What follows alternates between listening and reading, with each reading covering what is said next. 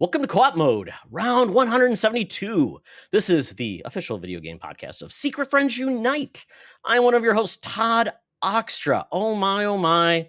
I don't like to talk about the weather, but man, it's been sucky here. The Canadian wildfires are having their revenge on the U.S.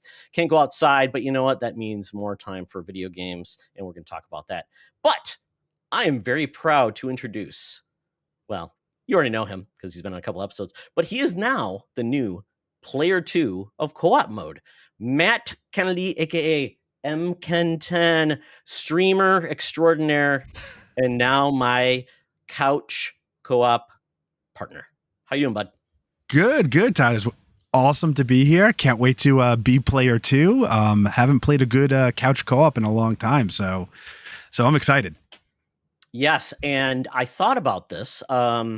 Made me very excited because just something, this is just weird because they just announced that there's going to be a new Darksiders 4 that's coming out. I love the Darksiders series. I think you were mentioning, hey, it doesn't look like that. Yeah, he does. And I'm like, and I just saw that game is going to have online co-op and also couch co-op, which I don't know how that works. You're going to have like 2 horsemen. I love it. I love co-op mode because I remember playing Gears of War couch co-op with my buddy Sean Ias. Just playing with my son, Smash Bros. You have kids. It's fun to play those games, right? Absolutely. And then I played recently the Teenage Mutant Ninja Turtle games, the Cowabunga Shredder's collection, Revenge? and Shredder's Revenge. Oh, yeah. I even have right there on video. That's my Steelbook. A lot of fun. My son and I love those games. And I want to play. I mean, I've wanted to play. What was the one from the guy that made like a way out? What's the new one that came out? You were just playing it not too long ago. Why can't I think? Are you talking about Joseph Ferris's game? Yes. Split Fiction. Split Fiction. Before that, it was the game with the divorced couple. Yeah, which I didn't go with, but I wanted to play Split Fiction with my son, but he's only 9. And I'm like, I just don't know if, there's like a lot of shooting and, maybe I was like reading like, on the ESRB, and just knowing that if my wife walks by, she's probably gonna be pissed off that I'm playing this game. So I've held back. So there's not as many couch co-ops that aren't like beat the living daylights out of each other, but we have a lot of fun. Very cool. So Matt, we've had you on, we got a little of your gaming history, but I think for people to know you a little bit better, you're an East Coaster, you're a teacher, you've got your family, you just came back from a little road trip, but in regards to your family and gaming, what is your gaming life like? Is it like, are you and the kids into gaming? Is your wife into gaming? How does that work? Okay. So, I think my wife would tell you that she hung up the controller back in the Super Mario days on the Nintendo. And she's got a pretty funny story. So my wife is actually a classically trained violinist. Oh my God. And she went to which I think the school was recently just taken over by Berklee School of Music, but she went to the Boston Conservatory of Music. Holy yep. And cow. So she's a concert violinist. That's not her profession. She's a psychologist. So she's a doctor in psychology. So she does everything. I know, right? Wow. I know. That's going to be really comfortable when you're having an issue with a simple discussion, right? It's in the eyes, Todd. Yes. If you're watching the video, it's not as simple. No, it's not a simple discussion. If you're blinking, if you're okay. it's never a simple discussion. No, so she has a funny story where she had to go to a recital.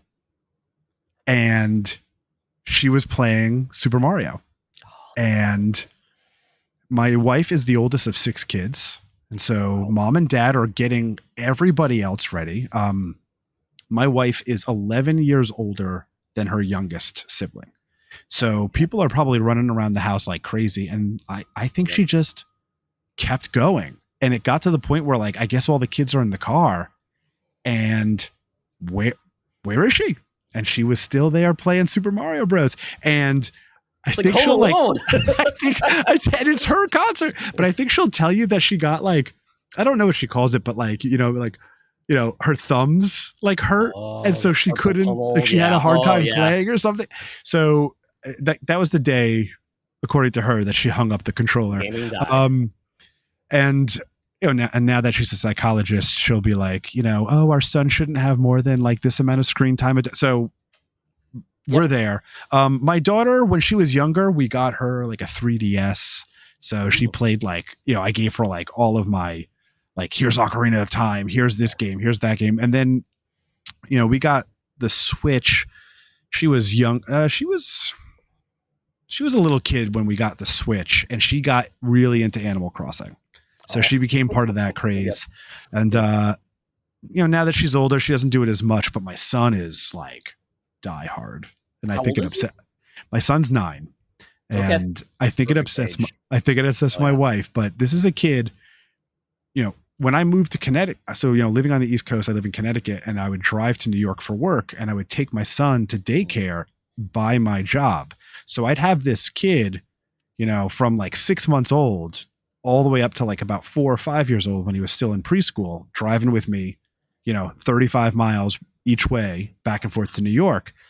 And when he got old enough, we were playing Breath of the Wild together. He beat Breath of the Wild on his own when he was like 6. And I said that to Brian on the last episode.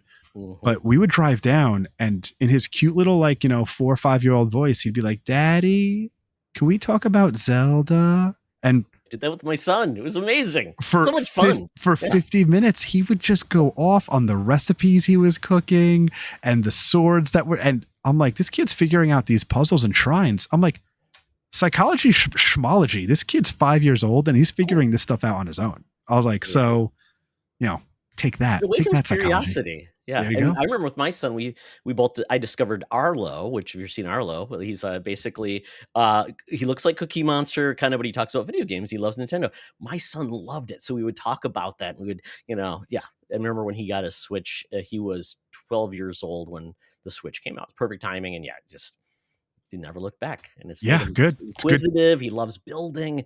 He does all that stuff. So, it's great. So that's amazing. So I'm so excited. My son is now a music major, which is great. That's awesome to hear about your wife. And I think of like Lindsey Sterling and all the different music. We actually have a video game music convention in Minneapolis, which is great. My son loves pieces. Yeah. So it's the only one in the country. And then we also have a 2D con coming out. So my son and I are going to go to. So it's like great. I love music. He's a trumpet player. So, and you know what? I love the fact that you could just tell your wife, "Hey, honey, could you play this for me?" And I'm sure she just says, "Sure, honey, I will play that for you." So my son is playing, right? So he's my son next school year will be playing the violin. And so he's pumped because he thinks he has a professional teacher in the house, which he does. Yeah. But my daughter plays the flute and the piccolo. And so she's learned how to play all of the Ocarina of Time songs. And she teaches him how to play it on his recorder. So they'll be doing like the Song of Storms and stuff like that. And I'm like, I know that one. That is amazing. I don't play anything, so I suck. I played trumpet until my sophomore year in high school. I stopped. And then at that point, I'm like, well, maybe I can play taps. So it's great to have. I played bass guitar in a rock band because it was cool. And I played in high school, did the talent shows, did the Battle of the Bands, read guitar tablature. You know what I mean? I took a music theory class and I'm like, oh, I can do this. Yeah. And then I gave up. It's like life got busy. I know. I have all those things. My father-in-law, he collects guitars, electric guitars. He even gave me one. And I've got like a little orange amp and stuff. I'm like, that's a lot of work. Because I thought about playing Rocksmith and doing like learning by Rocksmith because I still have that's cool. And you can use the USB connection to the amp. And then it's, long story short, I love Guitar Hero, all those things, but we'll talk about it. Maybe we'll do a music episode. That'd be cool. Music episode, kind of like all different types. That'd be real cool. Yeah. So let's add it on the list. There we go. So, folks, if you have any questions about Matt, his gaming hobbies, his habits, his life as a teacher as well, you'll know how to reach him at the end of the show when we give our socials. So, but with that, we just really need to get into the actual show. Man, I love this because this show is it's about video games, but it's the life we live surrounded by video games. So that means exactly. At the almost 9 or 10 minute mark, we're going to talk about our Patreon, who make sure this show happens, pays the bills so we can do the show So it's a lot of fun. And those Patreon Secret Friend Squad members are our besties, Dirk Trevelyan, aka the Figure Dude, Francie, the official hairstylist of the SFU, Xbox Expansion Pass, Mr. Luke Lore, Charlie's Uncle Tim Horan, who gets the podcast on CD. We got the Friends with Benefits, John Sedorf, Brendan Myers, Corey HD, Boss Rush CEO, Matthew Keel, Kurt Krug. We've got Tanya Lee, Chipotle Bear, Famous Seamus, Cam the Movie Man, Jay Newport 007, Darth Prozac, and Freight Conductor. So there you go, folks. If you want to be one of these cool Patreons, as always, you get our shows ad-free and first. And you know what? If you want to check it out, it's pretty cool because you can get your first month free or 50% off your first month. And you can also sign up for just $2 a month and get all the content that you can handle. So with that, if you are not a patron, check it out. Why not? You have nothing to lose. So with that, we get into buy rent return. So Mark, I have theories that this is what actually made him retire, was buy rent return, because I made him so mad. Don't know. Nobody's confirmed. But at this point, we're going to see how Matt does. So buy rent return this week, Matt. We were just kind of have some discussions about, I always want to know what should we talk about? It's always something going on. So Evo is happening. So Evo is the biggest fighting game competition in the world. Sony owns it now, and they go all over the world. Everything streams, and they typically have core fighting games that are part of the competition. You've got new stuff, old stuff. I laughed because they have Street Fighter 3 Alpha is in it. My son mentioned that, Smash Brothers is the biggest fighting game, but it's not in Smash because Smash is not in Evo because Nintendo says, nope, you can't have our franchise for some reason. It's very weird. Weird. Oh, well. So I said, Matt, let's talk about fighting games. Okay, of course, let's do this. So I said buy, rent, return fighting games, and I picked Mortal Kombat, Street Fighter, and Tekken. The pictures I picked were just random. Like I picked the original Street Fighter game for Street Fighter because that's one. It's you should watch videos of the original Street Fighter. It's so bizarre.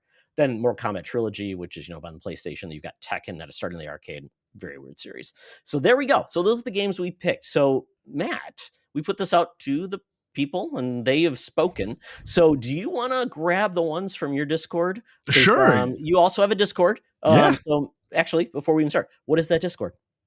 So I'm sure we can put a link down somewhere for someone to find it, but it is called the M-Ken Den.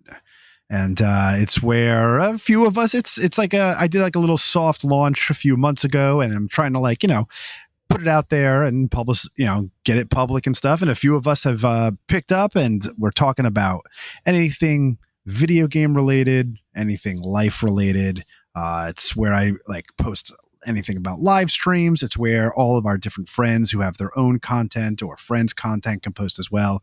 And it's just, one more corner of the internet that's, a safe place. That's what we want. Just like a place where we could just freely talk and hang out and enjoy the things we love.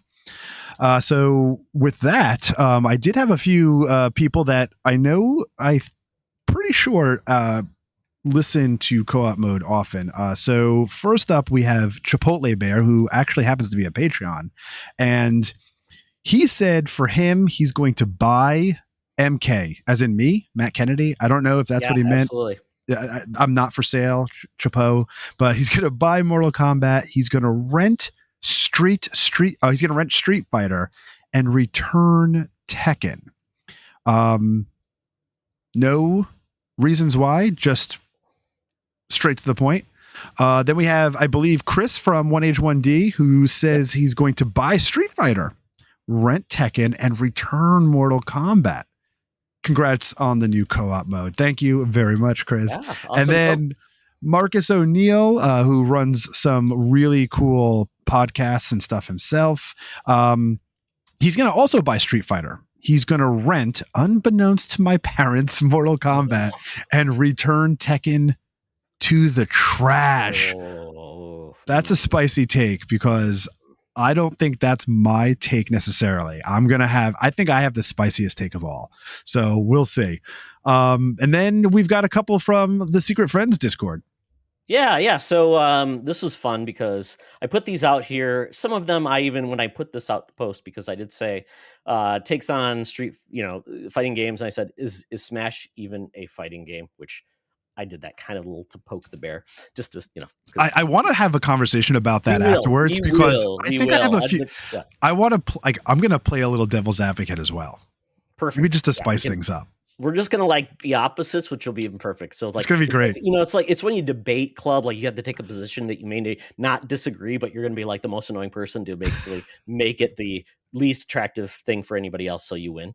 So yeah, we will because folks, just a precursor. The bonus round is going to be all about fighting games in our lack of expertise on it, and we'll try to make sure we become experts at the end, or maybe not. So we'll see how it goes. And we love your feedback at the end. So we're going to do this. So this is funny because Infinite_Rewind. This is Matthew Keel. He's great. He's one of our Patreons. I've known Matt for days, or years. I've podcasted with him. I've met him in Minnesota. His sister's out here. Great dude. Huge music fan. He'll talk to you all day about vinyl. He says, I don't care what anyone says. Smash Brothers is a fighting game. I love fighters in general, but I've not been good at them for a long time. He says, favorites are Marvel vs. Capcom 2, Rival Schools, Street Fighter Alpha 3, Guilty Gear, Persona 4, Arena Ultimax. Shout out to Modern Arc System Works for other properties, including Dragon Ball FighterZ, Grand Blue, DNF Duel, and Toucan. And he says, but get to the chase. I'll buy Street Fighter, rent Mortal Kombat, and return Tekken. I will not be explaining. yes. Never explain your love or your hate. Which is similar to a couple of the ones that we heard before. So yes. Everyone seems to be returning Tekken. Yeah. I'm gonna talk about that. Schloss Ritter. I'm gonna get ultra specific in part. Long story short, I mostly only experienced genres on the SNES. So yes, buy Ultimate Mortal Kombat 3, the pinnacle of the early series. It was the first of the genre that I was able to beat. Granted, through shenanigans of disabling blocking, that night is still a lasting memory. Rent Super Street Fighter 2. I enjoyed all the new fighters and the ability to play as bosses, carried over from previous revision, but I never was as capable of pulling off all the special moves as I was in MK, except the simple button mashing ones or some hold back 2 seconds, which took way too long to set up. Then return Tekken. I just never get into 3D fighters, especially after the early ones. Being on first generated disc consoles, waiting so long for the menu and stages to load meant I was waiting on loading screens longer than fighting to lose quickly. So there we go. The audience has spoken. I feel like there's some consensus, and one of those consensus I will throw in the trash. I will take their trash, take it out of the trash, and throw it back in their face with a Dragon Punch or something else. So, Matt, what are your choices? So, I think everyone returned Tekken. Am I wrong? I will look really quick. Yes. No. Chris rented Tekken. He returned Mortal Kombat. Yes. Okay. So yes, I would say all but one kept Tekken. So actually, okay. So now that I see it, Chris and I are in the same boat. So I'm going to buy Street Fighter. In terms of nostalgia, for me personally, Street Fighter is the one. And we go back to the arcade. So it wasn't even an arcade for me. So in middle school, all throughout middle school and early high school, me and a few buddies would walk from school into town. We'd go to our local pizza place, and it was these places. Grocery stores would all have arcade machines for some reason. It was the local pizza place, and it had Street Fighter, and it had maybe NBA. It might have, the other game might have been NBA Jam, but it had a Street Fighter 2 arcade, right? I think because there was Street Fighter 2, and then there's like Super Street Fighter Turbo. There's so many tournament edition. There's a million editions of Street Fighter 2. You're making my head spin. I don't remember what it was. I just know it was Street Fighter, and you would get a slice and a Pepsi for $2, right? And you'd get a slice and a Pepsi was $1.50, and you'd get your 2 quarters. It was like a student special, right? Okay. Like after school student special, and you'd get your 2 quarters, and those would go right into Street Fighter. So we would play Street Fighter when all of our money ran out. We walked over to the local card and comic book shop. Look at Magic cards. I had friends that were into Pokemon cards. I wasn't as big at the Pokemon as they were, but we would be reading comic books until we pretty much got chased out because we didn't buy anything. Yep. And then you'd head over to Stewart's gas station to get an ice cream cone, and you wait for your mom to pick you up on the corner. And so I am going to buy Street Fighter. That game is like forever ingrained in just incredible memories. And then I'm renting Tekken because it's another arcade story, and there's going to be a theme to this. Okay. In the local mall, we had this arcade. Oh man, I can't remember what it was, but man, I miss arcades like that. They don't make them like that anymore. No. But that freaking Tekken machine, the line was out the damn door. Tekken And 1?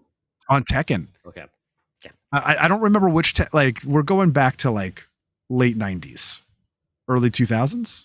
Okay, so then we're maybe Tekken 2, Tekken 3, because Tekken 3 was on the PlayStation 1. Okay. That's and I will talk about that. But yeah. And Tekken, I know Tekken's an old franchise, but I remember I never really got my hands on the sticks often. It was just watching. How many buttons did it have? Did it have 4 buttons?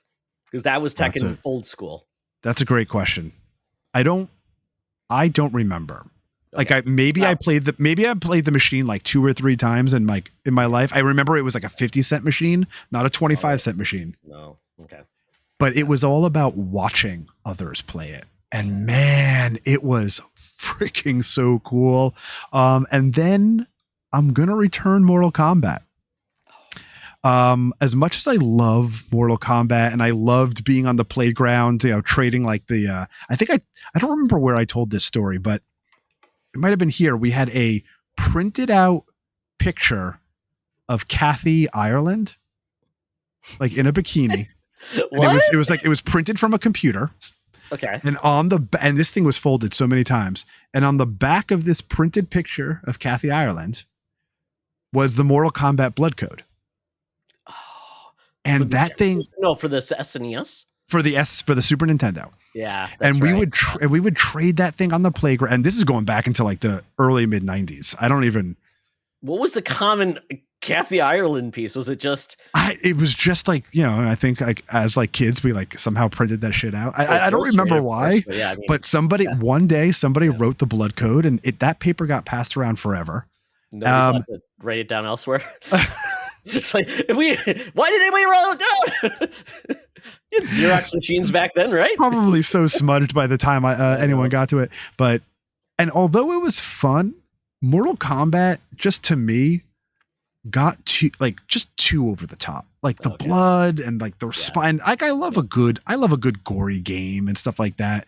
But it was just like, it was too over the top. So it's like, I'd play it and it's like, this is too much. And I always fell off of them. And some of the stories and stuff were cool, but it just never became my jam. So I'm returning Mortal Kombat. Okay. I respect Mortal Kombat, but I'm returning Mortal Kombat. Okay. So I'm going to go a little bit flippity floppity. It's going to be weird. So I'm probably the bizarro selection of this. So I'm returning Street Fighter because I appreciate what Street Fighter does. I played Street Fighter 2 in the arcade. I'm like, this is amazing. Great. I mean, I loved it. I was an arcade kid. Just did and followed them all around. In college, I would go to the comic book shop on Wednesdays because that's when new comic books came out. And then I would go to Pinball Pete's in East Lansing, Michigan, on campus. They had a pinball or an arcade location, and you'd go down the stairs, and it was perfect. They had every type of game you could think about. They get the new stuff. They had the old stuff, Daytona USA. It was amazing. You hear the sound of the arcade. It was amazing. They sold shirts. And they had like this is how low rent it was. They had a soda machine. You didn't get cans. You got a cup filled in with nice ice. It's like crumbled, and you get Mountain Dew or whatever. Oh, so great for like. That's awesome. Oh man, those are the days. And it's like, so of course, every arcade machine you could still smoke at that time, so people would be smoking. So there's ashes on the arcade machines. There's ashtrays. You have like a place to put your soda, so of course it gets spilled down there. So perfect for everybody, and it was great. So I love that so much. I just love that place. It's still operational. Pinball Pete's in East Lansing, it's still there. It's amazing. When I went back the last time, I did get a shirt, so I would love to go again. But yeah, that's my heart, and it's like comics and arcade, bowling alley, all these other places. It was me to see what was the new arcade game and what was it going to be. And yeah, so even my small little town in Metamora, Michigan, there was a 4-way stop, probably a gas station, a post office, and something else. But we had an arcade. This is back in the 80s. Every small town had an arcade. It was so weird. Dragon's Lair, seeing that for the first time was like, blew my mind. I'm like, what is this? So getting back to the point in mind, Street Fighter 2, I really enjoyed. I sucked at it though. So I appreciate what it is. It just didn't hook me that way. Mortal Kombat was the game that I'm like, what is this game? It's crazy. To your point, watching people play, finding out what the codes were, the fact that when you would see on the splash screen that you could send away for a Mortal Kombat comic, I'm like, what is this? And people did. So look that up. And it just came out of the blue. And it was like, oh my God, it's so violent and crazy. And I started playing and I just had a blast. And a couple of my friends, and just seeing number 2 and number 3 coming out, got more adventurous, more crazy. And then 4 went totally like polygonal and horrible game. Just bad. It's like it went off the rails, and they finally reinvented it and they did some other things. But I loved Mortal Kombat, the movie, just kind of those things. Oh yeah, the music and stuff like that. I love that. There was the really bad cartoons, and it's like, how do you turn a unrated video game into a cartoon you watch on Saturdays? But so that is my rent, is Mortal Kombat. Loved to pieces. But I was not like a player on like home systems. Tekken 3 is the game that got me back into console gaming. I got that in college because I wanted to play Tekken 3. I love Tekken so much. And I'm like, this is going to be on a console and it's amazing. And oh my God. So as a graduation present from my fiance at the time, who I did not marry, and friends, they bought me a PlayStation. So I got Tekken 3. I've loved Tekken ever since. And between Mortal Kombat and Tekken, I love the fact that they've just now turned into this weird series of, like, they have an awesome campaign with over-the-top stories that make no sense. I know, I love that. You got Heihachi throwing his children down a well to survive. They come back and turn into demons. I love Mortal Kombat, how they've turned it into just this crazy, different genres. Then we've got the movies now with Carl Urban. So that is kind of where I'm at. Tekken is always my favorite. So I love it. I'm really good at them, which is great. And I just love what they've done with the series. And the fact that there's Tekken 8, there's Mortal Kombat a billion, and then there's only Street Fighter 6, which is just so funny. Like, it's been around forever, and there's only 6 versions. It took forever, but yeah. Oh, that is so interesting. Yeah. I mean, there's been like a million versions of 2. Well, then 3 took forever. It was still, pixel art and everything like that, and then they went to 4. I remember when 4 was a huge deal, because it's like, oh my God, it's like actually modern looking, and they did like the cell shaded inky look, and that kind of blew things up. But yeah, Street Fighter's never really done the campaign with a story. They've done some weird things. The last one, when you could do like that single player kind of RPG thing, and you could make your players look horrible, right? And now like I made the worst looking character in the world. You can like walk around like the city and do like pickup fights and stuff like that. I've always been a Chun-Li fan for yes, I had my reasons, but she was always one of my faverives. Well, and then you got the Street Fighter, the movie, the game with Claude Van Damme. Oh my God, Jean-Claude Van Damme. I watched that movie one day. Have you seen it? You've never seen that movie? No. It's so terrible. It's like one of those movies that's so terrible it's good. You know what I mean? It comes back around. It's like, actually, it's good. And aren't they doing a new movie? They are, which is crazy. I feel like I just saw they casted like M. Bison was like the guy who did the Polka Dot Man, and what's that actor's name? David Dalmatian. He plays also. He's like the guy that says Baba Yaga in Ant-Man. Yeah. Yeah. And he's like a great actor. I'm so curious in how he's going to play M. Bison. I think he's got the role for M. Bison, right? Well, yeah. And then we had Raul Julia, who is a famous actor, who played Gomez Adams, and he's like, I'm also M. Bison. So no, apparently they're not picking somebody with a body type to do that role. You're right. I guess they're not really. Maybe Van Damme will come back. So when that movie comes out, I will watch the original. I will watch the new one, and we'll come back and kind of compare them. We will not talk about The Legend of Chun-Li, one of the worst films ever made. I don't know that one. And Chris Klein. Oh God. I will send you a clip after this. Horrible. Okay. Oh, well, I think we've decided this. And like I said, when Matt put in the fact that he's throwing Tekken in the trash, I then put a GIF of me throwing him down the cliff like Heihachi. Yeah. So I can't believe that Tekken haters. And I was never good at Tekken, but it was just, it was one of the best ones to watch. And it might have also been at the time, maybe this cabinet was brand new to to the arcade in my local mall, but you would just get crowds of people. And I remember sipping on sodas because in the mall, you didn't get drinks in the arcade, but there was definitely like a pizza place or something down the Jamba Juice, down the hall, and you would bring it in there or something like that. But man, just watching them go at it and just like the same kid running the table, and such an awesome time. Absolutely. And you know what? If you've never played Tekken volleyball or Tekken bowling, what are you even doing with your life? And when you do that, like they did their side-scrolling adventure game within Tekken 3, it's like a beat 'em up, and there's chicken on the ground. Power just goes, chicken. I'm like, I'm in. What could be better? Oh wow. If you disagree with me, that's okay. It's okay to be wrong. Moving on to this, we're going to talk about what we've been playing because actually we actually play games, which has been kind of difficult lately because sharing systems and vacations and things like that. GameFly not making me happy, but Matt, because you're a streamer and you commit to it, so you kind of committed to like I have to play a game. So what have you been playing, man? And how's it been going? Yeah, and when I do stream, because adulting and life and career is, there's no time. There's not as much time for gaming as I'd like. So when I stream, it's only once a week, and so I really do try to commit to rolling credits on a game, and a lot of it has to do with maybe something new that is coming out, but also like my backlog and just getting through games that I missed over time. So I think we talked about it in the last episode, but I am playing Dishonored 2 still. It seems like I get through about a mission every stream. So which when I look up how long to beat, it's like, oh damn, I think I've pumped like 18 hours into this game. And I think how long to beat has it at like 10. So I'm like really trying, like I'm getting a lot of game overs, but I'm having a good time. And the few of us that are in the chat, and I've had like a lot of lurking going on, which is really cool. And if any of you are listening to this show and you are a lurker in my stream, say hello. But Dishonored 2 has been awesome.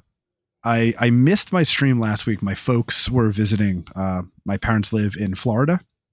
So, and I even warned them. Let me guess, Del Boca Vista?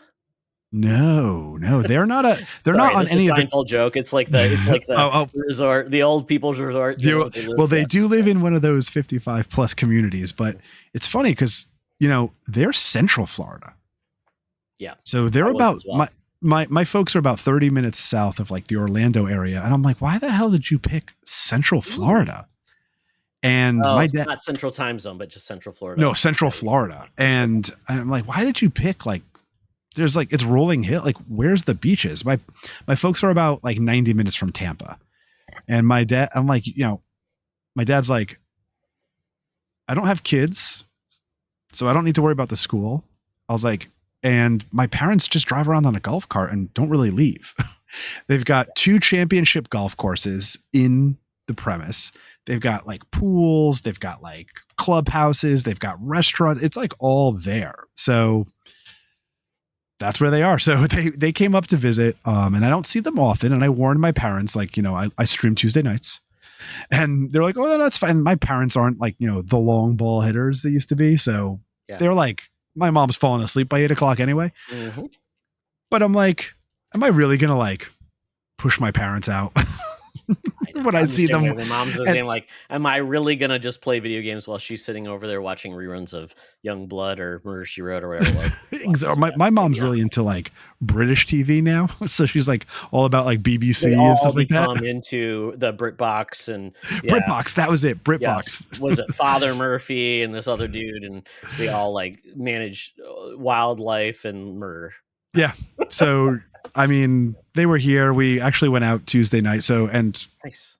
Join the Discord. No, self-plug. But like everyone was like, everyone in the community was like, spend time with your parents. Like don't be silly. So Dishonored 2, but I rolled credits. I believe the last time we talked, I was playing Death Stranding 2. Rolled credits on Death Stranding 2. I put in a little over 60 hours. I'm seeing people that are putting in 150, like 125, 150 hours. I have a lot to say. I think overall the game was excellent. absolutely excellent. And I think a lot of people said the same thing I'm about to say. If you did not like the first one, Yes, it's not going to change your mind. good. It's still the same game. But I just think the story was much more cohesive, and it just, I just felt more excited about what was going to happen next. So like I tried to get like, let me get the 5-star rating. Let me deliver every package. And that, I hate to say, wears off fairly. I heard about a lot of people are like to do like the platinum and other things. It's like, it just feels like in my life now, it's like, I just hate that like platinums and things turn into like not enjoying a game. It just becomes an obligation. I really do not. Yeah. Like And that concept. exactly. I'm not a trophy hunter by any stretch of the means. So if I can pull off a platinum, I absolutely will. And Sure. but it's only because I want to. And so Or it happens along the way and you did something cool. I'm like, oh my God, I got it. Really? Like Ratchet and Clank, right? So, but it was Death Stranding 2 was excellent. It made sense. And I enjoyed it. And now I am on to Kingdom Come Deliverance 2. Holy cow. Did you play the first one? I did. So I played the first one on PlayStation 4, which was not easy. I have about 80 some odd hours, I believe. And somebody can fact check me if you want to look up my like my PS profile. But I think I got so far, and I got to a point where I was just smashing my head up against a wall. I could not beat this one boss character, and I quit. And sometime later I watched a video, and that character, who is hard, there was only maybe like a couple hours left of the game. And I'm like, you know what? I feel okay that I didn't finish it. I did my best. And so like I watched like a recap video and stuff like that, and I'm loving this game. But it is, I'm going to say the same thing about Death Stranding 2 with Kingdom Come Deliverance 2. It is still that like super like sim RPG. It is Well, it's real got like a weird combat life. system where it's like it feels like it's more swingy, or people explain You like could, that seems odd. you can stab, and I wanted to play. I just don't think my piece, like I have a gaming laptop, and I remember the specs on the first one were pretty heavy, I want to say, but I just don't think my laptop would have been able to handle the game. So I got it on PS5. So I'd be interested to see how it is with mouse and keyboard. But a lot of the things that were really hard about the first game, like the devs listened. Like this game is just, it just runs, everything runs better. I don't even know how else to say it. This is like a middle, like 14, like late 1400s Bohemia Prague simulator, though. But it's got a little bit more adventure and elements. You like role playing, like you have to learn how to read and weird things like that. And the alchemy is real. You're really mixing potions. You're you really have to look at the books. You really have to, like, right now the shoes I'm wearing are totally have fallen apart. I can't afford to buy new shoes, and the cobbler that I found is too far away, and I finally found some money, but so you're gonna get an infection. You're gonna step on a horseshoe. I don't know. It is a nail. Yeah, right. It is so good though. I cannot recommend it. And I was just chatting with Ains from Season Gaming Podcast, and I'm like, how the hell do I why is the lock picking so damn hard? And he's like, dude, this game, like you gotta like practice. You gotta level up. He's like, you're not good at it. I'm like, in the middle ages. Get good. So I had to abandon this easy treasure chest. Easy. It was easy. Yeah. So that's what I'm playing. What about you, Todd? What are you playing? Okay. Before we move on, really quick. So we talked about Kingdom Come. Is there like an end goal? What is it, like to become the king? To just not die of like a illness? What is the goal? To bang as many wenches. I mean, that sounds pretty good. I mean, but you could probably pick up something from that too. I mean, I don't know. I couldn't afford the bathhouse, so right now I'm just washing in a trough. That the horses are drinking out of. Of course. I'm sleeping. I'm sleeping in hay. No, there is a story, and so the first game I don't think is old enough to spoil anything. Sure. But I don't know, spoiler warning for the first game. I'm only going to talk about the beginning part of the game, which Sure. I think was like in like the opening credits and stuff of the first game. But you are a simple son of a blacksmith, and it is Bohemia 1495. I don't remember the year.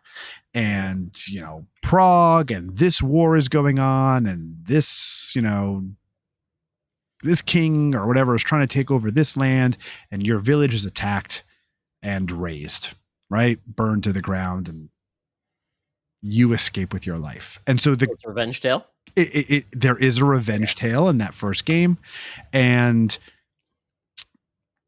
that's where I'll stop there. And in the second game, you are alive, and you've got the same character. So I'm going to ask you another question.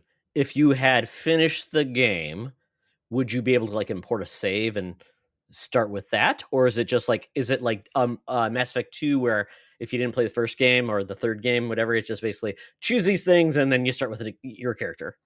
Not even that. So this story is predetermined, right? Canonical. This is the canonical start. Right. And think there are events that happen in the second game. And they've gone with a few more RPG elements because there's like a leveling system and stuff like that. And there's speechcraft, there's, you know, combat, there's strength, there's agility, all of that exists. Whereas in this game, through some opening dialogue and some opening scenes, you can kind of choose, I think it was like 3 or 4 choices of what kind of character. The main character's name is Henry, and you can kind of choose what kind of character you want Henry to be. And all it really does is it gives you like maybe like a bonus point in that one area, but it doesn't like, you know, cuff you to like one play style. You can upgrade him as you want to play. And so it is an RPG, right? There are choices to make, there are decisions to do, there are navigate, like you have to navigate the world, but it is a sim in terms of like how realistic it is. So okay, it's great game, but it's not interesting.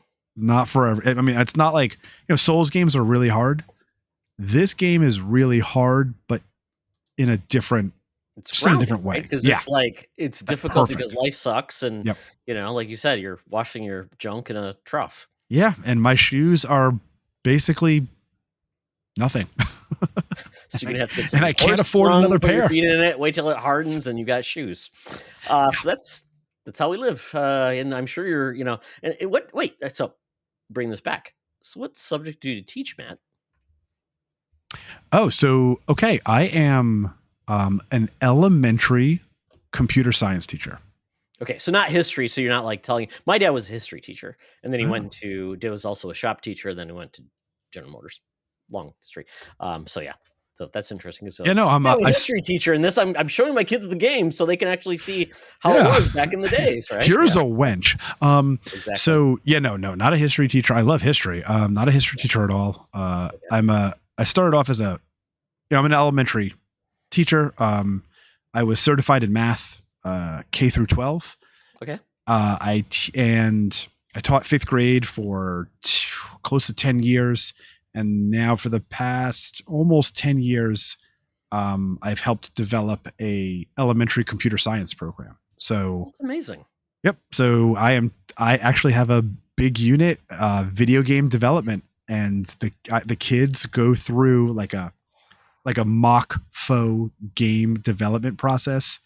It always ends up taking way longer than I want it to, but it's an awesome project. The kid, like, they usually love it, and we get so carried away with it. It's like, you know, from, you know, writing stories to designing the characters, they design box art, and they code and program games. I do robotics and stuff like that. So it's really cool. That's amazing. Yeah. I remember my son was into that stuff, and it's like, he loved it so much, and that's great. He was supposed to be in STEM and was going to be an engineer, and then he went to music. So like, you know what? we need music teachers. We need people that are involved in science.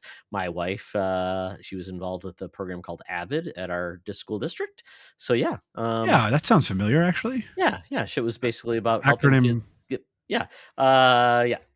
There's more out there. My wife did it, but basically it was all about getting kids ready for college, and especially kids that like first English speakers, things like Yep. that. So yeah, my wife is an immigrant from the Philippines, and Okay. she, and my son is, Asian, as we say, white Asian, and he doesn't look at all like me. Hopefully he has more hair than I do.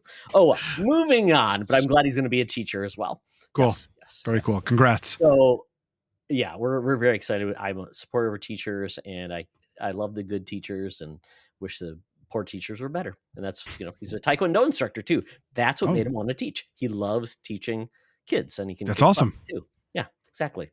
So very cool. If you get any questions about these games, Matt is on his Discord. He's on socials. We'll talk about that. But yeah, reach out to him if you have questions about these games, because they're all a little different. So I'm gonna pivot to something a little bit less, I guess, realistic, and that's Donkey Kong Bonanza. Oh my goodness. If you listen to last episode, Brian Shea talked all about this, and I wanted to talk about it, but I'm a Gamefly member, so people who are of a certain age remember Gamefly. They're still surprised it exists. I'm one of the few people that still subscribe to it. I was on it. I was on it in the beginning. The first game I got was The Saboteur by I think it was an Electronic Arts game. The Saboteur. Was it Sega? Yeah, somebody made that game. Yeah, I don't remember who. Yeah, there was like a World War II kind of vibe, right? Yeah, you were like you were like an Irish immigrant in World War II. Like I think it was like Nazi occupied France. Yeah. And I remember there was like white elements. I think. Yeah, it was a cool game. Yeah, it was a cool game. Yeah, very cool. But I stay on it because as long as I still have physical media, there's a lot of games that are not on services that are like the third party, the premium games that are like $70 to $80 a month or a game. So for me, if I want to play these games, it's a great way to try out games for a low price. For $22 a month, I can get two games a month. So Donkey Kong was one I was supposed to get, and it got lost in the mail. So I eventually just went to Costco and bought it for $62. But I will get back into it and get games from them as well, because I can play all these other games that I can't get on a streaming service. So for me, I still have a PlayStation with a disc drive. I still have a Switch, but obviously I have PC. But I have Game Pass, so I get the Xbox games that way. So I find a way to play most of the games through those services, because games are expensive, man. Yeah. I mean, yeah, and that's a way for me to play new stuff and revisit things. So Donkey Kong Bonanza is great. My son has overtaken my Switch 2. He's been playing it. I told him don't spoil it, as I'm trying to do something here. The big TV's over there. He wants to play it with a Switch Pro controller versus with myself. I'm actually doing a lot of handheld, which is great. It's a fun game. It's crazy. It's fun. Do you have two Switch 2s? No, I have a Switch 2 and a Switch 1. Because when you held up your Switch 2, I thought he was playing it currently right now. No. He's actually at work. He's at, my wife and him are at Taekwondo right now. They're working. I'm sure they'll come home soon. But yeah, that's what he's been doing when I'm like on the PC. I'm like, don't spoil it for me. And I'm like, Dad, how am I going to spoil it? It's like they don't even talk. Maybe they say banana and maybe Pauline sings. So so it's a great game. I really like it. There's a lot there. I will play more of it, but I'm kind of I dip into things with gaming. I still have to defeat Doom, the Dark Ages. I really like that game. I still need to play more of that. But what I did play after Donkey Kong Bonanza, if you have any questions, let me know. But really, it is a cool 3D platformer. It's all about getting the bananas to level up and things to do to fight these weird void monkeys. That's all it is. It's an adult game. I heard it's great, and I'm jealous because I did not get a Switch 2, and I know we're not talking about news, but by the way, Nintendo just raised the prices of all the Switch accessories and the core devices. So they said they're not raising the price of the Switch 2 for now. I saw that. Yes, I saw everything else went up, but the Switch 2 for now. Correct. We'll see if I splurge during the holidays. I don't know. Yeah, you know what? Sell a couple. My Switch 1 or sell something else, and that'll be fine. My Switch 1 still gets a lot of use, and so I don't know. Yeah, and if you have no interest, I mean, that's okay to make your kids suffer and not giving something new. Parents, I'm interested. Denying I love my Nintendo, but just it's great. It's a great system. I would have sold the Switch if my son was not going to take it back to college just to play Smash Bros and Mario Kart, which is great. So we're good to go. But yeah, play Donkey Kong Bonanza if you want that Mario Odyssey experience. It's great. But what I did play, and it's on a lot of consoles right now, there's a demo out broadly on almost every system, and that is Shinobi Art of Vengeance, which I is want to hear about this because this is the last game I have drafted in my okay. fantasy Ooh, draft. yes, and fantasy. We should probably talk about fantasy. The fantasy critics draft. We had Marcus O'Neill to talk about it Oh God, he's kicking a my while he's ago. kicking Marcus my is great. ass right now. I'm in 2 leagues. They both suck. I think I'm in the trophy league and some other league too. Yeah, I don't know what I'm I'm getting my doing. I butt kicked really by don't. Marcus. I'm sure I drafted some like Mario 3D game on the Switch too. Didn't happen. So yeah, so I totally get it because I have got. So we'll talk about that. But yeah, Marcus is great. If you want to know about fantasy critic in that type of league, Marcus O'Neill is awesome at that. But yeah, this game is really cool. It's by Sega, and I was trying to find the developer because obviously Sega doesn't develop these type of games. It says it's Lizard Cube. I have never heard of Lizard Cube as a developer, but this game is pretty awesome. So I'm pulling up Lizard Cube's website. Let's see what games they also developed. They were part of the Streets of Rage 4 team. Wonder Oh Boy, yes, Dragon's Trap. Yes. So they have basically a heritage of making these awesome hand-drawn games with heritage characters in a really updated format. So I love this, and their website's great because they show the characters doing awesome animated versions. So this game is amazing, and I played the demo. I that's love it. It is. good to hear. I drafted this game. I'm looking at something that says Shinobi Art of Vengeance is insane. Switch, so hopefully, I mean, it looked that trailer looked awesome, right up my alley. So You got to I'm play it excited. because it maybe doesn't look great in screenshots, but as I'm playing it, the art style is very like, I talked about Street Fighter 4 where it had that like that art, that ink Mhm. feel. This Yeah, game has it where it's like the yeah. characters they have thin lines around them, but they're highly animated, and this game just feels good. The double jump, the attacks, what I'm doing, it's amazing.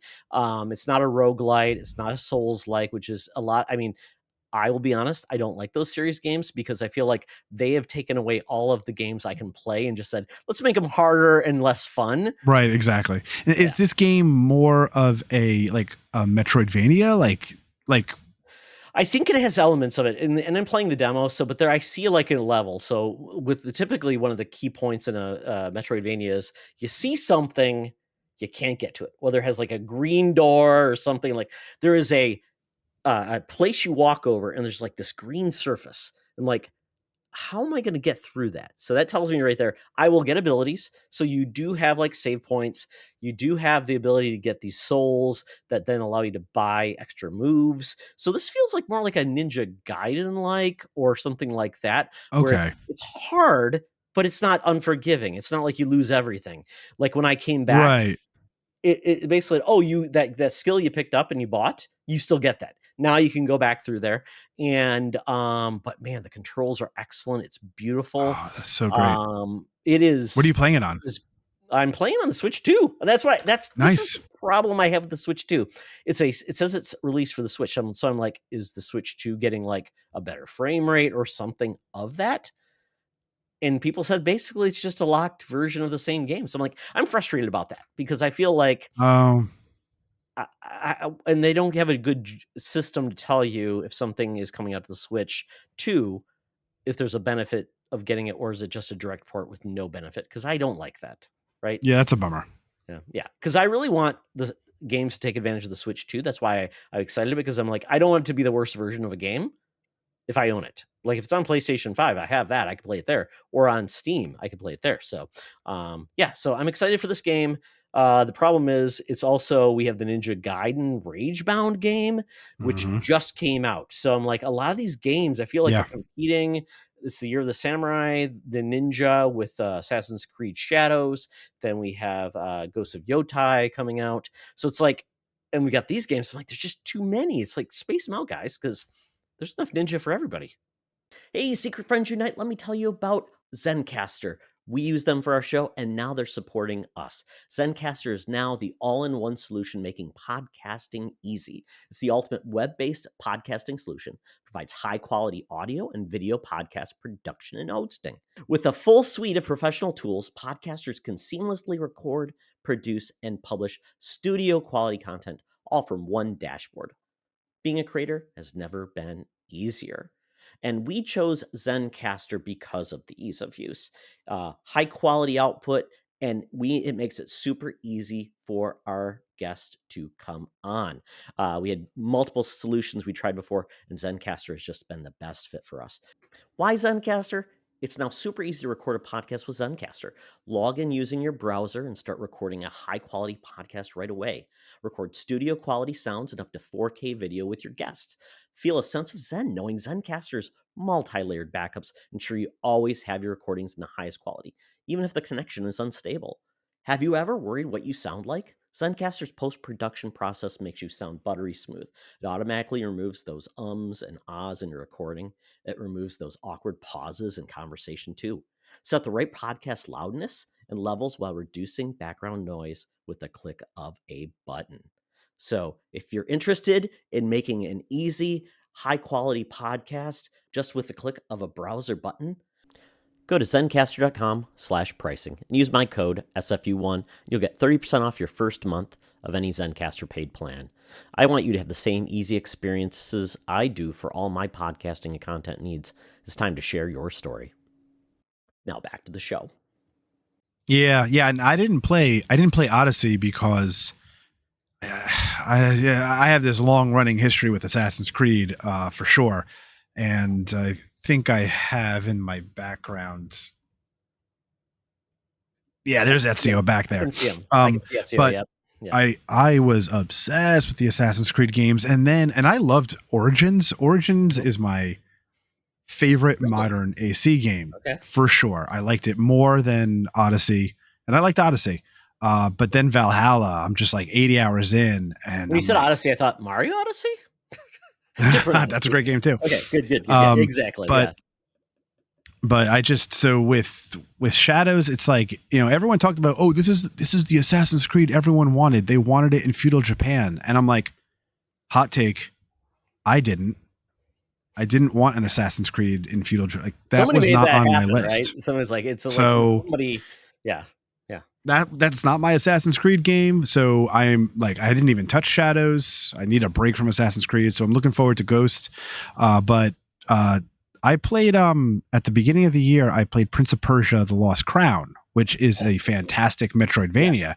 And that's our where game of the year last year for our goaties or couchies, or whatever we call them. It was next year. Yeah, freaking excellent, so great. And so when I saw this, when I saw the new Shinobi Art of Vengeance first get revealed, I thought maybe that was what it was going to. I've never played a Shinobi game. There's a great Shinobi game on PlayStation 2, and I believe there's also a great Shinobi game on PlayStation 4. My son loves it to pieces. If it's still Shinobi, because I get them conflicted, but I believe it's Shinobi is these games where they really, really take heart of the classic action platformer versus going into a Metroidvania. So it's more of that style, but I think there is some Metroidvania. I'd love that. If you like that type of game, you'll enjoy it. It's fun. Yeah. Okay. I'm looking forward to this demo then. I'm going to have to download it. Or no, I'm thinking of Strider. There's an old game too, Strider on PS4, which was great. There was a great Shinobi game on PlayStation 2. We had this long scarf it's hard. Some of these games just kind of meld in your mind. Blend into each other. Yeah. But this is great. So, and I'd love to play the Ninja Gaiden Ragebound, but once again, I don't know. If there's not a demo, then I got to buy it and we'll see. So I may just watch a review to see if it's really worth my time, but yeah, so there. And then lastly, we talked about arcades. That brings me back full stop to my goal is to build an arcade machine. And I've been talking about this for a long time. I bought one of the Arcade Legends Pro arcade, basically it's arcade deck that has two controllers, lots of buttons, and also one of those like golden tee balls you roll. Okay. So it comes with like a little dongle box, which kind of sucks though. So I'm going to get a mini PC. So they sell these awesome mini PCs now that are like, quite honestly, capable of running like Red Dead Redemption 2. Not the greatest resolution, but I'm just going to use it for like emulation of arcade games. So I've got that. So I'm going to get that. I have my board, my arcade board with controllers plus a stand. I've got I just ordered a mount where I'm going to put a 43-inch 4K TV I bought from Best Buy for $100. What? 43-inch 4K TV. Yeah, it was the deal of the day. So it's I've got it. I'm like, I'm ready to go. And then I'm going to hook up this mini PC so then I can play all of the arcade games from my youth, and it's going to be awesome. So I love this. It's a challenge. I'm going to do it. I can't wait to see how this turns out because I've wanted to buy those like arcade 1-ups. Yes. And like they had like NBA, but they're like, I mean, they're not $1,000, but they're like some of them push it like $799. Yeah. I want the Simpsons. I think they have a Simpsons one. I could be wrong about that, but I thought they had a Simpsons one.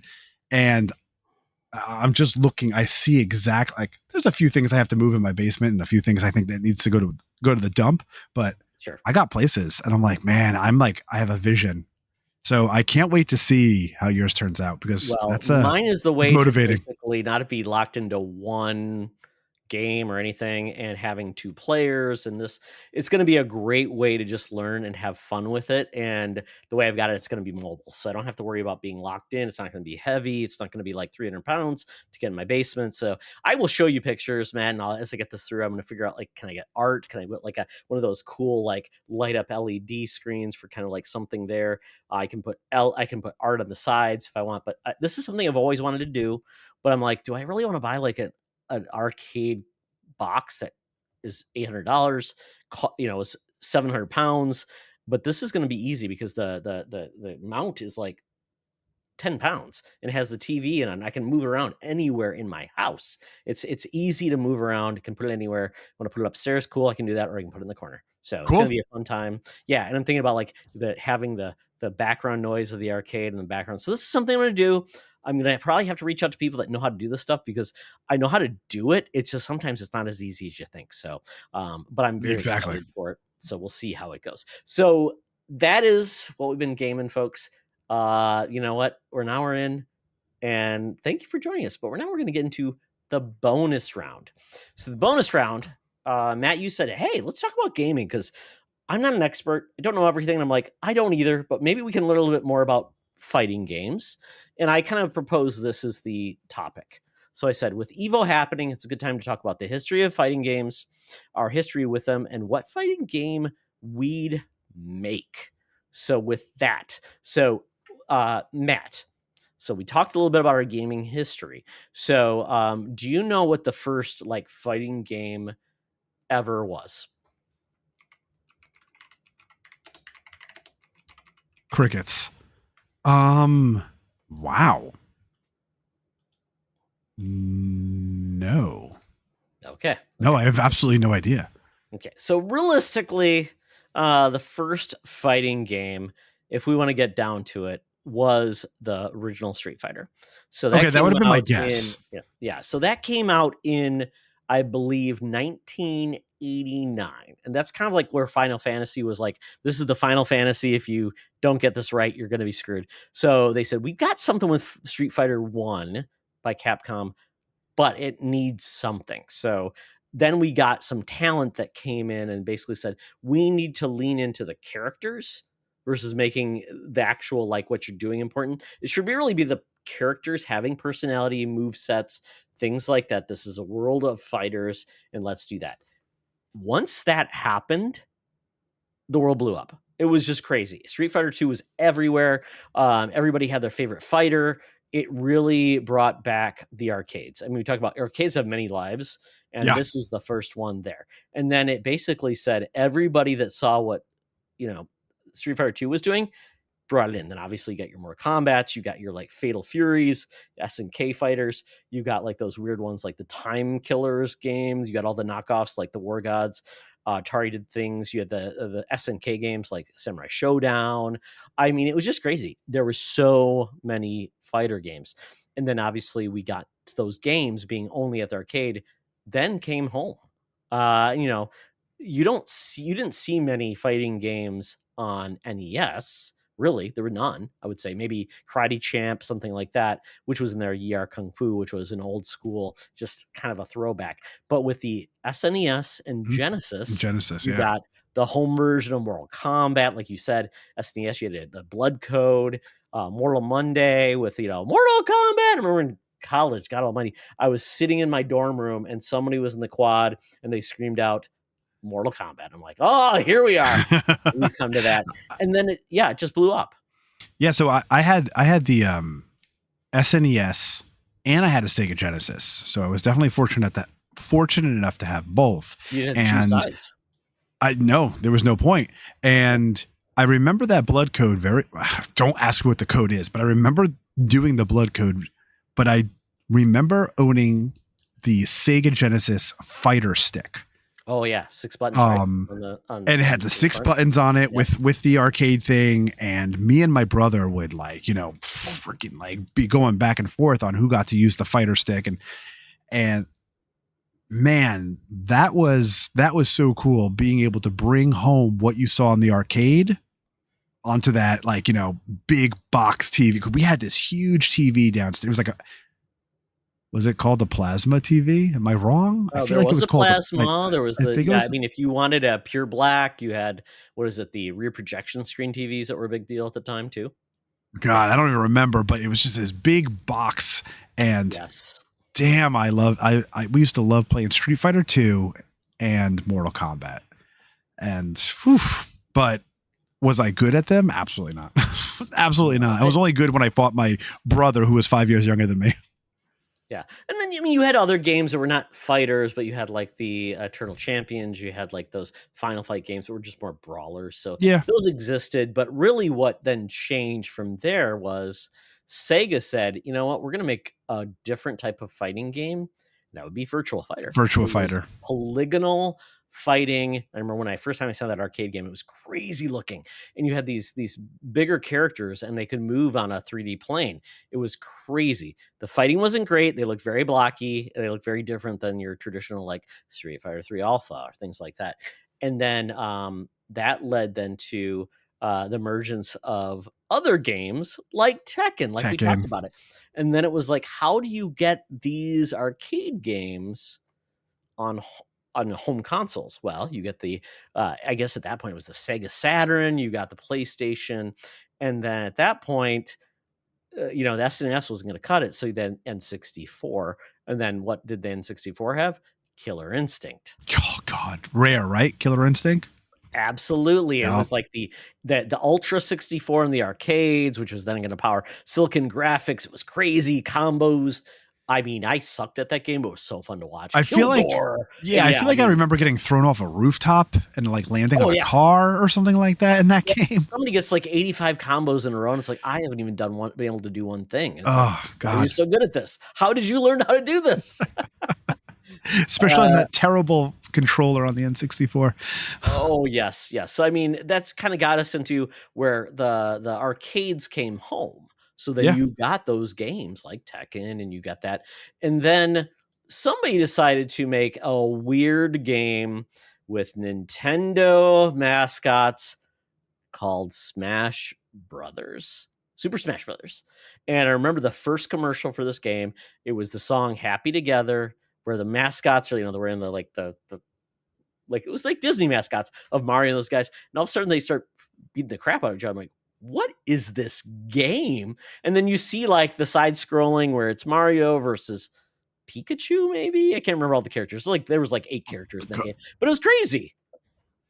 And they reinvented like a different type of game. So different call it a platform fighter. Yeah.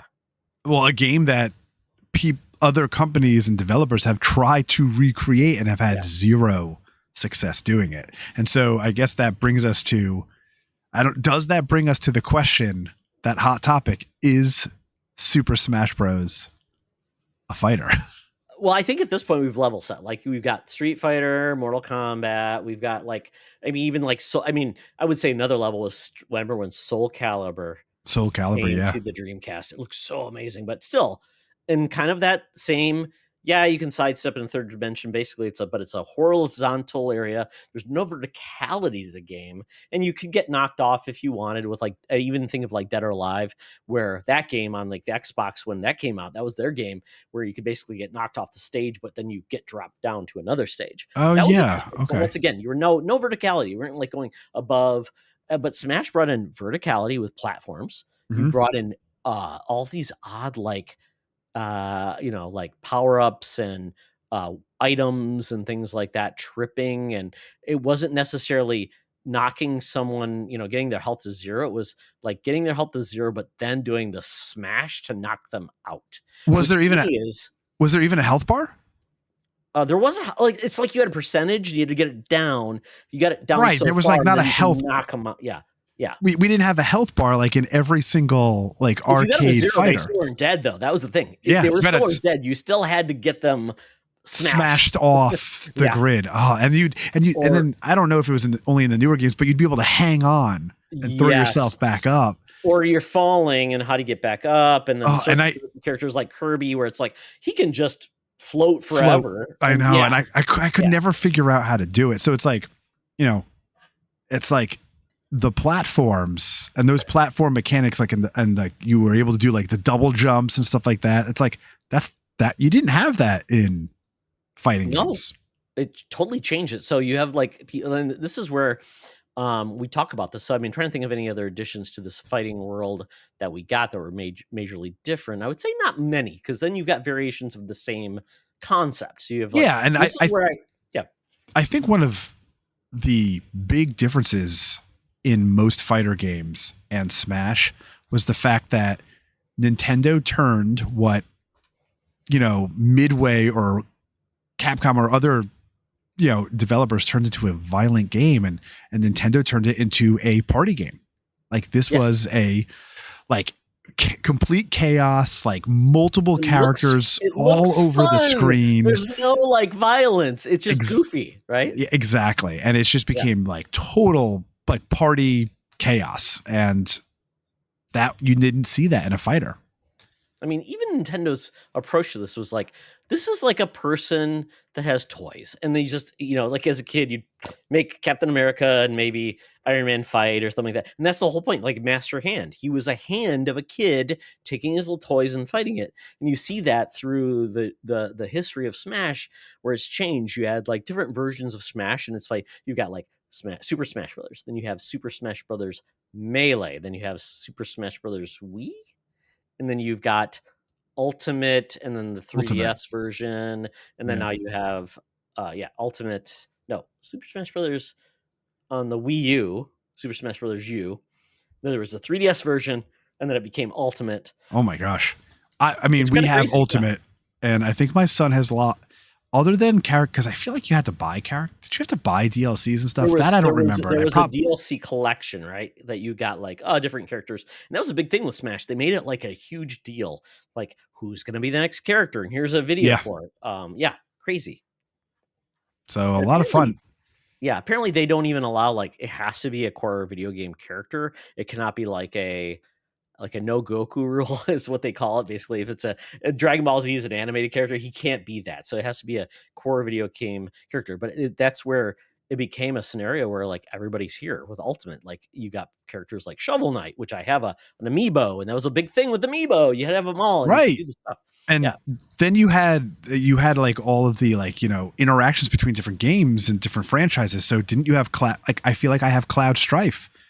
You do, and then you've got Sephiroth, and you've got Minecraft Steve, and then you've got the Castlevania Bros, and I mean, I remember all the characters they brought in, and it's amazing.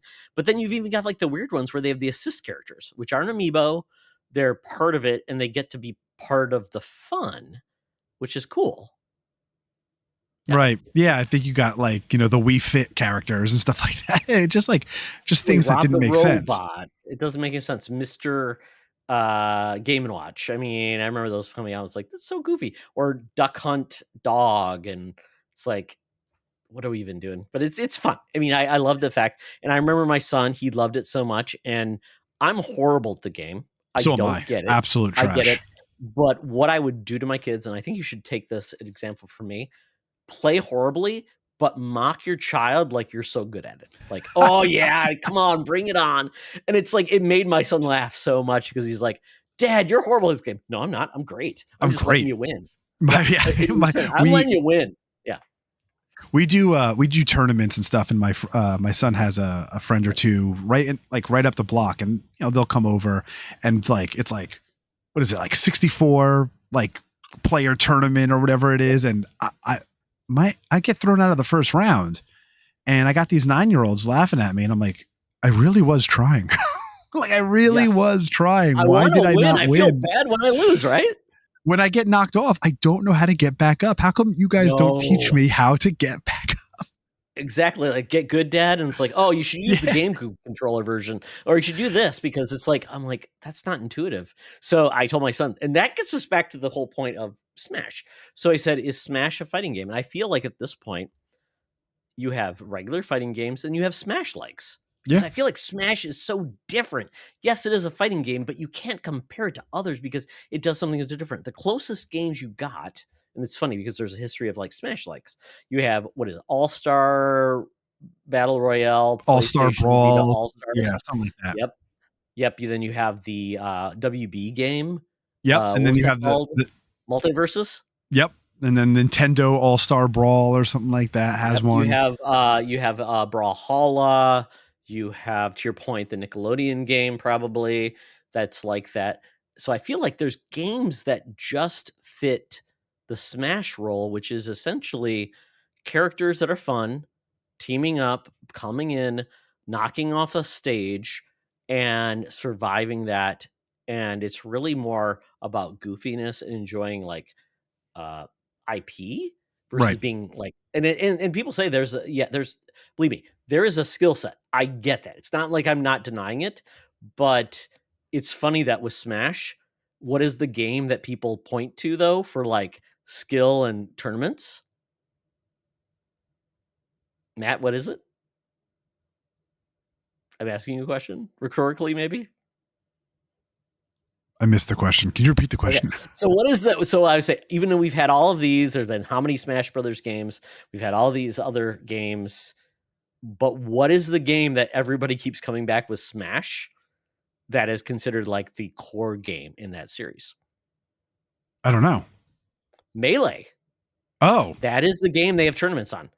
And do you know how you can play Melee? Oh, no. You can't. They don't sell the game. It's not on Virtual Console. It's on a GameCube or a Wii, and you have to find a copy of a game, or you play it illegally. But my son says, "Oh yeah, Melee's huge." I'm like, but how many copies were sold, and how many can you get? Like, there's like maybe 4 million copies of the game that were actually sold. It's never been available digitally, and it's not been resold. It's not in any NSO service. I'm hoping it comes to NSO because they relaunched GameCube. But it's the game people talk about. I'm like, but you can't be behind a game where you can't purchase it. People can't play it. The hardware isn't available. It's the black market Smash Brothers game. Exactly. This is like cockfighting with video games, right? It's illegal in the back den. Sorry, guys. You don't ask what cockfighting is. I don't endorse it. No, my God. We're probably banned now. Sorry, Matt. It's been a good time. Man, my first show, and I'm already off the air. You know what? And that's, well, I mean, I think that just proves the point is that's how little experience I have with Smash, let alone fighting games. But I've heard of Smash Melee, but I've never played it. I had a Wii, but at the time I had a Wii, I personally never had a reason to buy this game. Really? So, if you hope you get a copy, because I mean, it was like on the GameCube, I'm like, the copies got like really expensive, like $120, $200. I'm like, who's going to play that when you can buy the Smash Brothers for the Wii? Apparently everybody hates that game. I don't even, and so with all of this debacle with Smash, and did we answer the question? Because I feel like maybe not. Maybe. I'm gonna say, because we had, I can't remember who it was that wrote in and said, basically fight me, but Smash is a fighter. Oh, Matt Gill. Yeah. And I'm gonna, and I should go back to that. point. I'll look it up and you. Well, I agree. Like in the end, I know there's so much to a fighting game. But in the end, I would have to say yes. At its core, you select a character and you try to KO your opponent. You use a variety of attacks, use a variety of special moves, and I feel like that's fighting 101. That character loses, the other character wins, next match. So I feel like at its core, Smash is a fighting game. With that being said, it's not in Evo. No. Or it's not in Evo anymore. Correct. So I don't know if it ever was. I mean, maybe it was, but they basically said the only way you will get Smash Brothers is in a Nintendo verified tournament. And by the way, it will be Ultimate, a game we can sell you. Yeah. Wow. So that's crazy because I mean, I was reading just maybe this morning, because Evo is huge. I mean, it's like a freaking presentation now. Like they made there was announcements. There's new Street Fighter 6 character coming out. They had Mortal Kombat stuff that they talked about. I think Guilty Gear Strive got some information. Like they are using Evo as like what would be like, maybe it's not like a PlayStation State of Play, but it's a full-fledged reveal and announcements type of weekend. So I mean, it's a big thing. If Smash came to that, I mean, I think that would be huge. Yeah, I mean, I'm looking here at the Evo website. Sony bought them because they're like, this is really important. It's a part of a culture. Sony finally has a fighting game they're behind, which is Marvel Tokon, which is a big thing that is done by Arc System Works, which they have the license. Yep. Sony has a relationship. They've done this, and this game looks really cool. And it was funny because now that game is getting a lot of heat. We're going to get a beta. I signed up for it on the PlayStation, which is great. If you can look for it there, it'll be there. But they have Evo Japan in 2026, May 1 through 3. Evo USA in Vegas, June 26, 28, and they have Evo Singapore in 2027. So it's worldwide. They know their teams, what games work there. But this year was kind of crazy because we've talked about like some of these games that have been heritage games, which was basically like, oh, it's going to be Mortal Kombat in this game or that game, and but by the way, now we have an Invincible game. Invincible Versus, which is big. Oh yeah, I saw that series. Yep, that's kind of cool. It's kind of like a tag game that you're bringing out. I'm actually rereading that comic book series now. Oh, Invincible's great. The Prime series is amazing. I wholeheartedly love that whole thing. Then we have also like we said, Tokon. This is the basically tag team. I think it's 4-on-4, and there's some certain things right there. It's an anime flavored version of the Marvel characters, which is great. It looks good. Looked really cool. Fun. Yep, it's very fun. And then you also got the 2KXO fighter, which is essentially from the League of Legends team that's doing that. You've got Heritage Tekken 8. You've got Street Fighter 6. And then you've got some other the other Arc System Works teams, but also Street Fighter Alpha 3 is part of it. And that's like the number 4 game, which is great. I mean, talking about an old school game, but that game is now available on all those Capcom collections. Oh yeah, okay. Yeah, that's awesome. So it's amazing. We've got like the Capcom collection of like Power Stone, other things like that, all the Marvel games, which is great. It's just a shame that Nintendo will not play ball and get their fighting games available. Like they even have like Pokken Tournament where you've got Pokemon fighting the crap out of each other. You've got all of those Smash Brothers games, but you're not putting them on their service. So it's a shame because I mean, you want to grow your base, and the only time you get to play those games officially is with Smash Bros. Ultimate, which is great, but you got this weird core that wants to play Smash Brothers Melee in like a dungeon. And how do you play it with probably illegally, which is just sad. So hence why they're playing in a dungeon, because they don't want to get found out. Oh yeah, you gotta have a fake IP, the dark web. It's great. So with that, so I think we have settled that Smash is a fighting game. It's just a different type of fighting game. It's a Smash-like versus like your standard So I don't want to say like one is better than the other. It's just different. And I like one, and some people like the other. So it's great. Yeah, agreed. But with that, Matt, the last question I have is, what fighting game we'd make? Any franchise, any IP, any style, what would you make? So, and I think I don't think my answer is very sexy or anything like that, and it's been used before. So I do like I like that idea of Smash using all of their iconic characters. I know PlayStation tried it with Yep. they tried with their all-stars. I feel though that with with the success of maybe like Astrobot and some of the things that have changed in terms of PlayStation, maybe they can try it again. Sure. They've got like a lot of characters. They got a lot of cool. I mean, a lot of cool licenses, a lot of cool IP under their belt, and I feel like one more try. I just don't know if that's necessarily the game for me, only because I'm not going for the fighting genre. Like, if I hear a Mortal Kombat's got a cool story, maybe I'll like get it on like one of the like PS Plus has a Mortal Kombat game or Game Pass has a Mortal Kombat game. Maybe I'll play like the 2-hour campaign. But I just feel like I want to see one more shot at that like PlayStation All-Stars game. And now you have Xbox, who there's a lot of IP, there's a lot of characters now under their belt. Maybe it's not like a first party studio doing it. Maybe you are licensing it out to another studio that has that experience. I don't know who's making the game, but I want to see that with other characters. And again, not the sexiest answer. I know you've probably listened to it like a million other podcasts that have had that same response. I just feel like it's just the right response, But what about you? Well, I mean, do you have something in your do you have something in mind?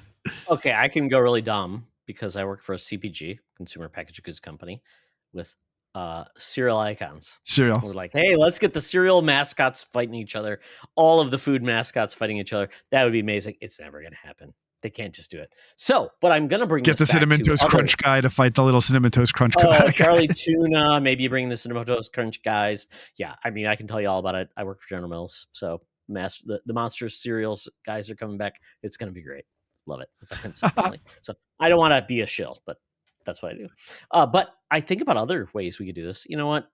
Sometimes you get rivals that become partners, and I feel like at this point, Sony and Xbox aren't fighting each other because, quite honestly, it doesn't matter anymore.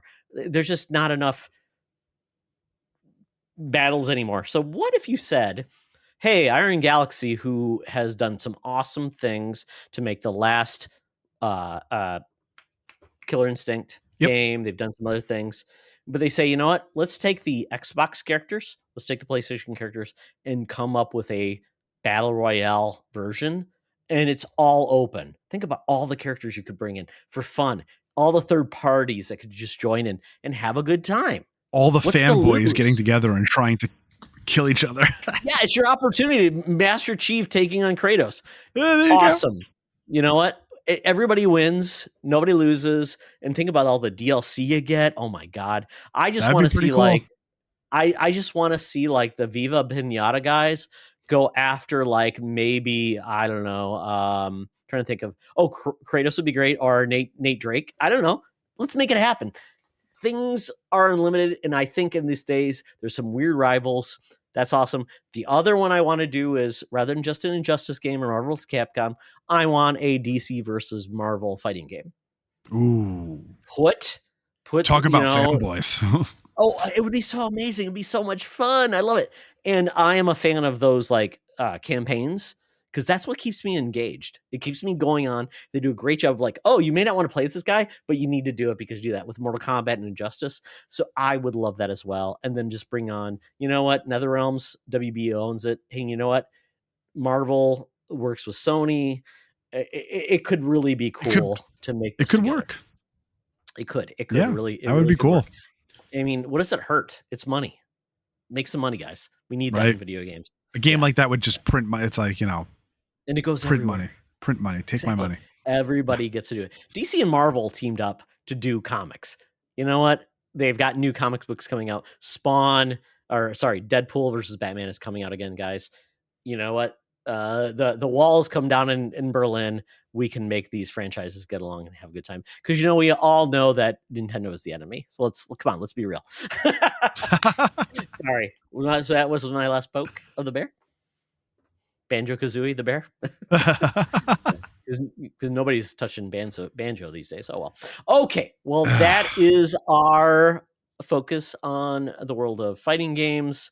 We don't claim to be experts, but you know what? If you are, let us know. We want to learn more, make us better, because that's what we want to do in this world. Make everybody better, have fun, and, train the next generation of fighting game masters, because, at this point, it's too late for us.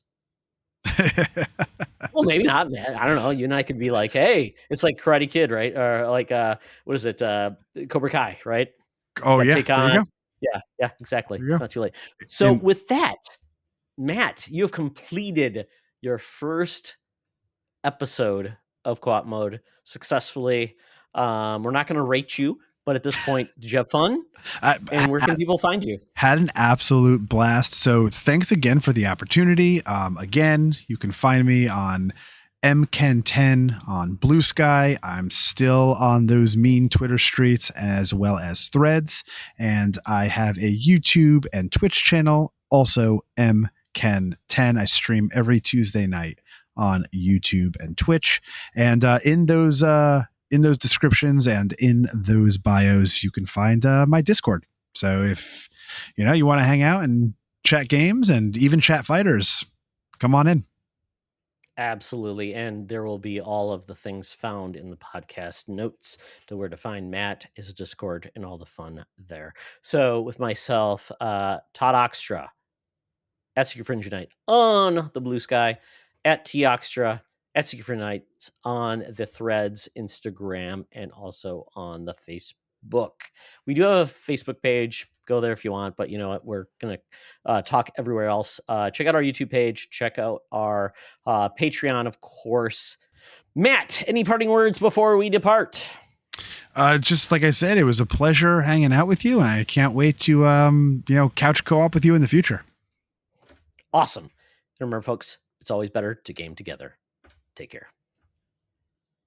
This podcast is part of the Secret Friends Unite podcasting network, available on Apple Podcasts, Spotify, and podcast services around the galaxy, as well as video on our YouTube channel. You can support Secret Friends Unite by becoming a Patreon member, get bonus programs and more over at patreon.com/secretfriendsunite. Join our Discord community for even more discussions on all things geek. For all the latest updates on Secret Friends Unite, make sure to follow us on Threads at secret.friends.unite and visit secretfriendsunite.com. Find our merchandise at TeePublic and Redbubble. Thanks for listening, and may the Force live long and prosper.